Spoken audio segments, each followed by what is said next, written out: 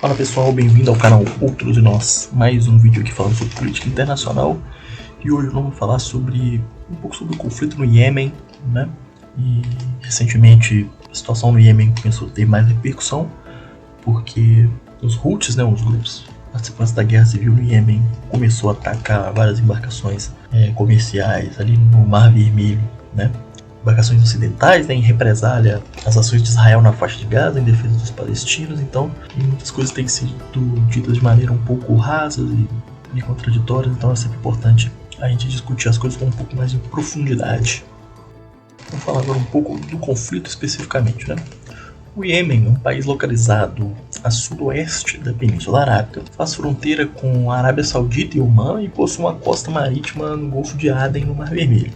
Do ponto de vista étnico-social, o Iêmen é um estado majoritariamente árabe e muçulmano. Porém, como a maioria dos países, possui minorias relevantes na sua composição da sociedade. Outro fator relevante para o contexto mais geral desse país é o fato de que o Iêmen ter sido dividido entre sul e norte durante grande parte do século XX. Assim como os principais conflitos desse período, né, do século XX, essa divisão acabou sendo absorvida, né, chupada, meio que englobada pela disputa dos Estados Unidos e União Soviética durante a Guerra Fria. Tanto que a reunificação, né, no Iêmen só veio apenas em 1990, com o iminente fim, né, do bloco socialista no globo. Para se falar mais especificamente sobre o conflito no Iêmen, é necessário contextualizar brevemente, ou ainda pouco contextualizado, sobretudo pela mídia, né, de maneira geral, o grupo dos Houthis. Os Houthis, como são conhecidos atualmente, né, surgiram no norte do Iêmen em meados dos anos 90, com o nome de Ansar Allah, que em árabe, né, significa partidários de Deus, sob a liderança de Hussein Badreddin al-Houthi e os seus irmãos. Daí vem a origem do nome pelo qual o grupo é conhecido, né, Houthis. Os Houthis fazem parte de um movimento político-religioso de origem árabe zaidita, que é uma vertente do Islã xiita, que possui um imanato, né, um tipo de governo islâmico ali na região onde hoje é o Iêmen, por vários séculos desde a Idade Média. As principais motivações iniciais do grupo eram a defesa dos interesses dessa minoria zaidita, que compõe aproximadamente 30-35%, né, da população do Iêmen. Uma maior autonomia para esse grupo populacional e um afastamento dos grupos salafistas e wahhabitas de origem saudita do território tradicional dos zaiditas. Apenas lá no início dos anos 2000, no contexto da Guerra ao Terror, né, quando os Estados Unidos começou uma espécie de campanha política, militar e ideológica contra o terrorismo muçulmano no Oriente Médio, e das grandes operações militares, né, dos Estados Unidos ali no mundo islâmico, que os Houthis adotaram mais fortemente uma retórica anti-americana e até anti-Israel. Embora alguns apontem, né, alguns pesquisadores, alguns analistas, que essa mudança de discurso teve mais força narrativa mesmo do que prática, né, já que os Houthis estavam mais preocupados com as questões nacionais ali no Iêmen. O contexto da guerra civil iemenita, no qual os Houthis estão inseridos, é bastante intrincado e um tanto quanto opaco, né? Desde os anos 90, quando houve a unificação do Iêmen, até mais ou menos o ano de 2011, o governo de Sana'a, né, capital do Iêmen, era controlado por Ali Abdullah Saleh, um ditador que governava parte do norte do país desde 78. Apesar dos vários momentos de instabilidade, dos diversos confrontos com os Houthis no início do século XX, o governo Saleh passou a estar severamente ameaçado a partir de 2011, com a eclosão da Primavera Árabe, né, que foi um evento grandioso onde você teve várias revoltas, né, populares em países árabes, geralmente governados por ditaduras ligadas aos militares, ditaduras seculares ligadas aos militares há muitos anos, e com as revoltas generalizadas contra as péssimas condições socioeconômicas do país, né. Uma parcela importante da população passava fome, os preços dos combustíveis estavam nas alturas e o governo do ditador Saleh era constantemente acusado de corrupção, e o barulho que vinha das revoltas do mundo árabe ecoavam na mente dos iemenitas. O governo de Ali Abdullah Saleh estava pressionado por várias direções. Existiam, obviamente, os Houthis, que estavam sob a liderança agora de Abdul Malik al-Houthi, irmão do antigo líder, que foi morto em 2004 no confronto com o governo Saleh. Havia também vários dissidentes dentro do governo Saleh, sobretudo das forças armadas, que lutavam pela deposição do presidente. Grupos ligados à Irmandade Muçulmana, que é um grupo de muçulmanos salafistas que tem origem no Egito, que estão espalhados por todo o mundo muçulmano, que também pressionavam pela queda de Saleh, e forças internacionais, como Estados Unidos e a Arábia Saudita, que não viam mais capacidade no governo em controlar o território. Vale ressaltar também que naquele período, né, o Iêmen viu uma franca ascensão de grupos salafistas jihadistas, né, como o Estado Islâmico e a Al-Qaeda na Península Arábica, uma das mais fortes e importantes células do grupo fundamentalista naquela época, já que os Estados Unidos tinham enfraquecido bastante uma das principais sedes da Al-Qaeda ali no Afeganistão.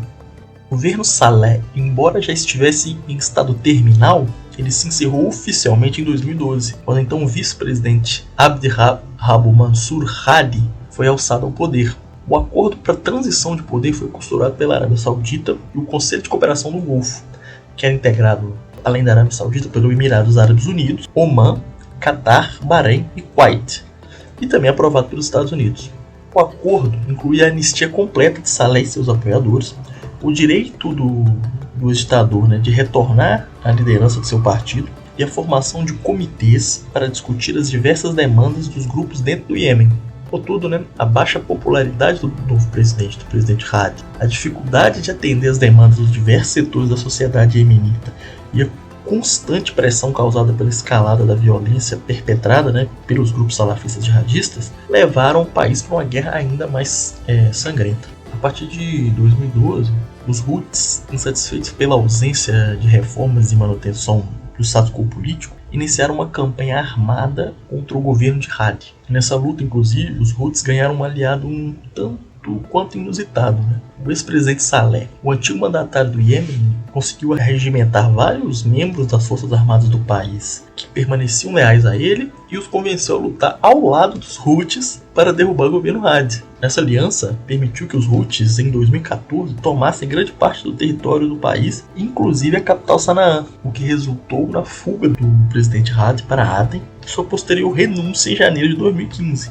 Todavia, uma operação militar lançada pelo Conselho de Cooperação do Golfo, liderado pelos sauditas e pelos Emirados Árabes Unidos, levou o Hadi de volta para Aden, a fim de retomar o status quo e derrotar os Houthis, o que causou um impasse militar e uma intensificação da guerra civil. Até os dias atuais, o conflito no Iêmen passou por algumas mudanças.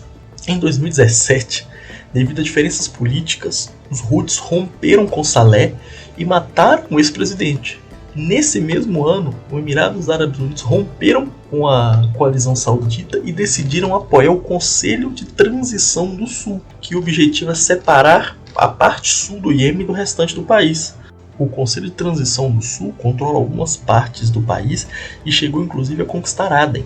Contudo, sobretudo depois da retirada das tropas emiradenses da cidade, o grupo chegou a um acordo com o governo Hadi, cessando as hostilidades e mantendo a autonomia sobre algumas áreas. E no que diz respeito aos grupos salafistas jihadistas, a Al-Qaeda possui ainda grande influência em algumas áreas do país, sendo responsável por diversas hostilidades, inclusive contra os Houthis, né? Que a Al-Qaeda também não enxerga os Houthis nem de longe como aliados.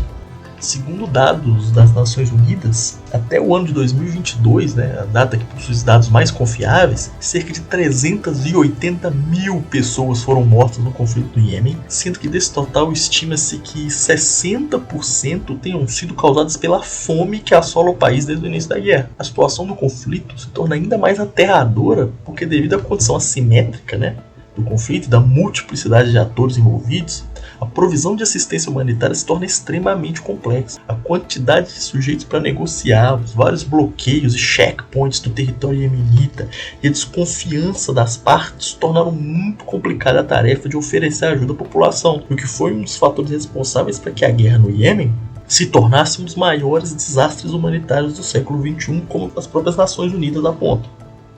Muito se discute, né, sobre o nível de participação do Irã no conflito do Iêmen. Tanto o governo saudita quanto os Estados Unidos acusam o Irã de ser um dos principais responsáveis pela guerra, pois, segundo Riad e Washington, o governo de Teherã seria o principal aliado dos Houthis, sendo responsáveis tanto por armá-los quanto por direcioná-los politicamente. Alguns argumentam que a guerra civil iemenita seria guerra por procuração, né, o que é conhecido na literatura como proxy war, entre Irã e Arábia Saudita, no qual os dois rivais competiriam por influência política, ideológica e até mesmo teológica, né, até pela versão mais vigente do Islã ali, no Oriente Médio. Nesse caso, os Houthis representariam os interesses iranianos e o governo Hadi, né, seria o testa de ferro do governo saudita. acredita-se que um alinhamento, né, entre Irã e os Houthis seria automático, né, porque tanto o regime iraniano dos ayatollahs quanto os Houthis seriam do ramo xiita do Islã e que o grupo iemenita faria parte de uma rede de grupos insurgentes apoiados por Teherã, conhecidos também na literatura como eixo da resistência, sendo um dos principais exemplos desses grupos o Hezbollah no Líbano. Entretanto, essa é uma alegação que pouco se sustenta, pois a vertente do xiismo que os Houthis pertencem, já disse anteriormente, né, é o zaidismo e não o xiismo duodécimo, que é a versão oficial da República Islâmica do Irã. De maneira resumida, as diferenças teológicas entre os dois consistem no fato de que os duodécimos acreditam e anseiam pelo retorno do 12º imã justo, enquanto os zaiditas acreditam que o último imã justo foi o quinto, e também são contra a doutrina da infalibilidade dos imãs. Outro argumento que defende a aliança entre Irã e os Houthis é que o grupo iemenita desde o início foi financiado e armado pelo Irã para combater a influência saudita na Península Arábica. Entretanto, algumas evidências apontam que o apoio financeiro e militar do Irã aos Houthis é bem restrito, sobretudo se comparado ao suporte que o Irã fornece ao Hezbollah e ao governo da Síria, por exemplo. Esse apoio teria se iniciado em meados do ano de 2011, o que atenta contra a tese de uma ligação histórica e inata entre os Houthis de Teherã. O grupo iemenita possui há muitos anos seus próprios mecanismos de financiamento, com ações de contrabando, doações voluntárias e até mesmo cobrança de impostos.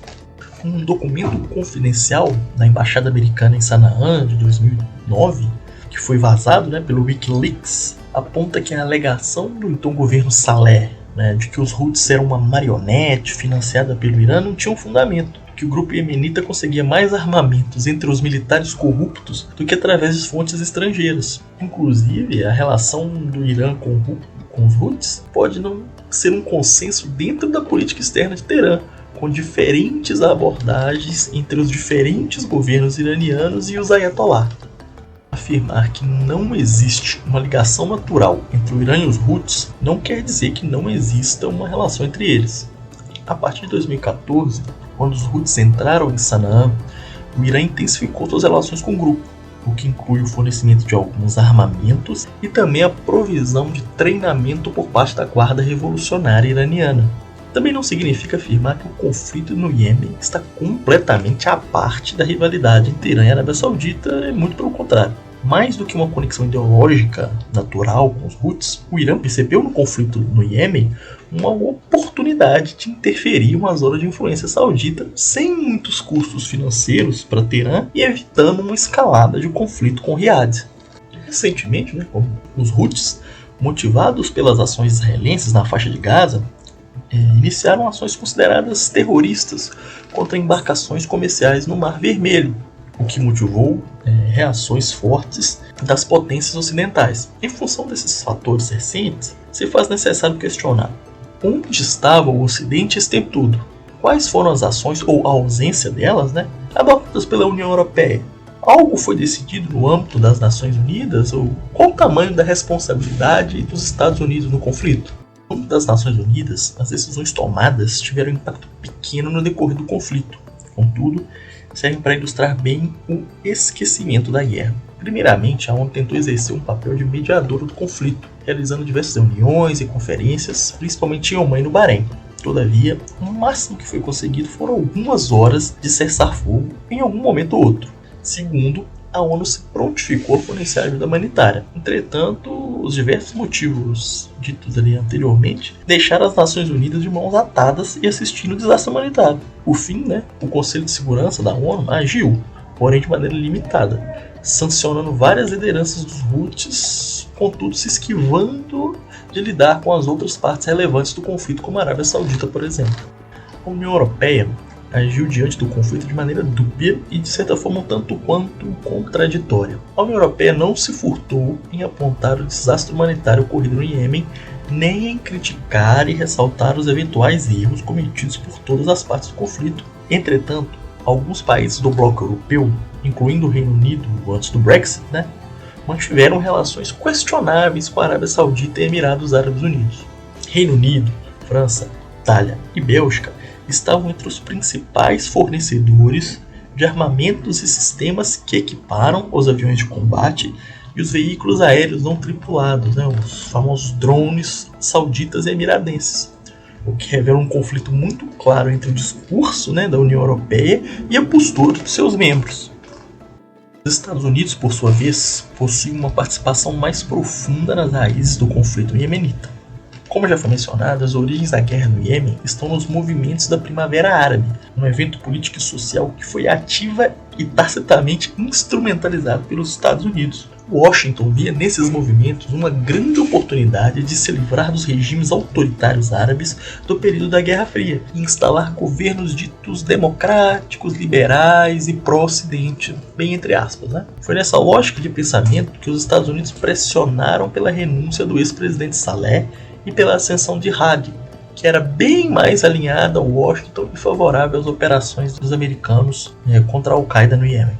A Al-Qaeda no Iêmen, em certa medida o ISIS, está diretamente ligada às principais operações militares dos Estados Unidos no país. Desde os atentados perpetrados pela Al-Qaeda contra o USS Cole em Aden no ano 2000, os dos atentados que antecederam o 11 de setembro, os Estados Unidos têm investido bastante em operações antiterrorismo no Iêmen, levando em conta também a proximidade do país com a Somália e, consequentemente, com o Al-Shabaab, um importante grupo salafista jihadista que é aliado da Al-Qaeda. Desde então, os Estados Unidos, especialmente a partir do ano de 2009, intensificaram suas operações de bombardeio aéreo contra a Al-Qaeda utilizando os tais VANTs, os drones, sem o emprego de tropas em solo ou qualquer outro tipo de ação que não fosse um ataque aéreo contra instalações e ou indivíduos considerados terroristas. Vale ressaltar que os Houthis não faziam parte dos alvos dos Estados Unidos, sendo que o grupo iemenita só foi classificado como terrorista pelos americanos no final do governo Trump.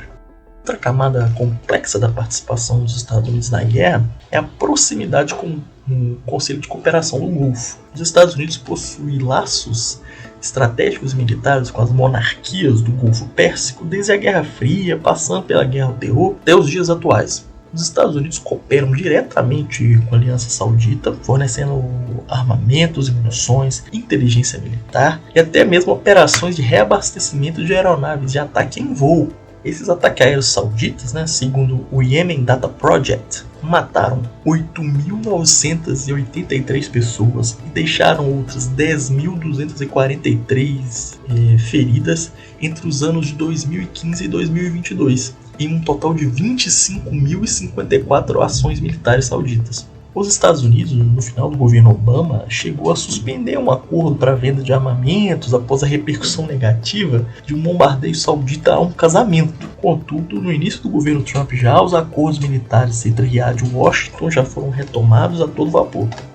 Essas operações do Grupo de Cooperação do Golfo, apoiadas por Washington, eram primordialmente operações aéreas com utilização frequente de VANTs como meio de entrega dos armamentos. Os bombardeios utilizando esses VANTs, esses drones, eram amplamente utilizados pela coalizão saudita, enquanto o emprego de boots on the ground, de tropas em solo, era evitado pelos interventores, exceto o Emirados Árabes Unidos por um tempo, que chegou até ter tropas ocupando Aden, mas depois saiu. O que revela em parte que as intenções de Riad eram simplesmente erradicar o perigo dos Houthis da fronteira e afastar qualquer faísca de influência iraniana do Golfo de Aden. Não houve por parte da coalizão e de seus apoiadores, inclusive os Estados Unidos, sobretudo os Estados Unidos, nenhum esforço de peace building, nenhum esforço para construir elementos para acabar com a violência estrutural. Eles só queriam exterminar os Houthis, ou seja, nada foi feito com a intenção de minimizar as causas políticas, econômicas e sociais do conflito. A violência foi respondida com mais violência, e o objetivo sempre foi a erradicação do adversário. O conflito no Iêmen pode ser definido categoricamente como uma das maiores tragédias humanitárias do nosso tempo. Entretanto, por muitos anos a guerra recebeu pouca atenção de autoridades internacionais, principalmente da mídia, que pouco colocou a situação em evidência. As recentes ações terroristas dos Houthis, ditas terroristas, que têm mobilizado o Ocidente para agir no Golfo de Aden, só têm evidenciado os anos de negligência e imprudência das potências ocidentais. A situação no Iêmen só chegou onde está devido a um cálculo humanitário e estratégico mal feito, principalmente pelas potências ocidentais e pelos Estados Unidos. o Washington favoreceu a queda do presidente Saleh, porque ele já não servia tão bem aos interesses americanos, e passou anos bombardeando a Al-Qaeda no Iêmen sem nenhuma preocupação com as eventuais externalidades negativas que essa postura pudesse acarretar. E quando a possibilidade do envolvimento do Irã começou a ser ventilada, apoiou política e militarmente as ações bastante questionáveis do ponto de vista legal e humanitário da coalizão saudita contra os Houthis, numa ação conhecida como buck passing, né? No qual os Estados Unidos passam o balde para a Arábia Saudita, ou seja, transfere para a Arábia Saudita os custos de conter o Irã. Ou seja, os Estados Unidos estava satisfeito com a situação como estava, desde que você transfira para um aliado seu num outro continente a capacidade de conter a possível influência que um adversário seu vai ter naquela região. Ou seja, se hoje o Ocidente chora o fato de seus navios terem de cruzar novamente o Cabo da Boa Esperança, é por omissão e responsabilidade dele mesmo.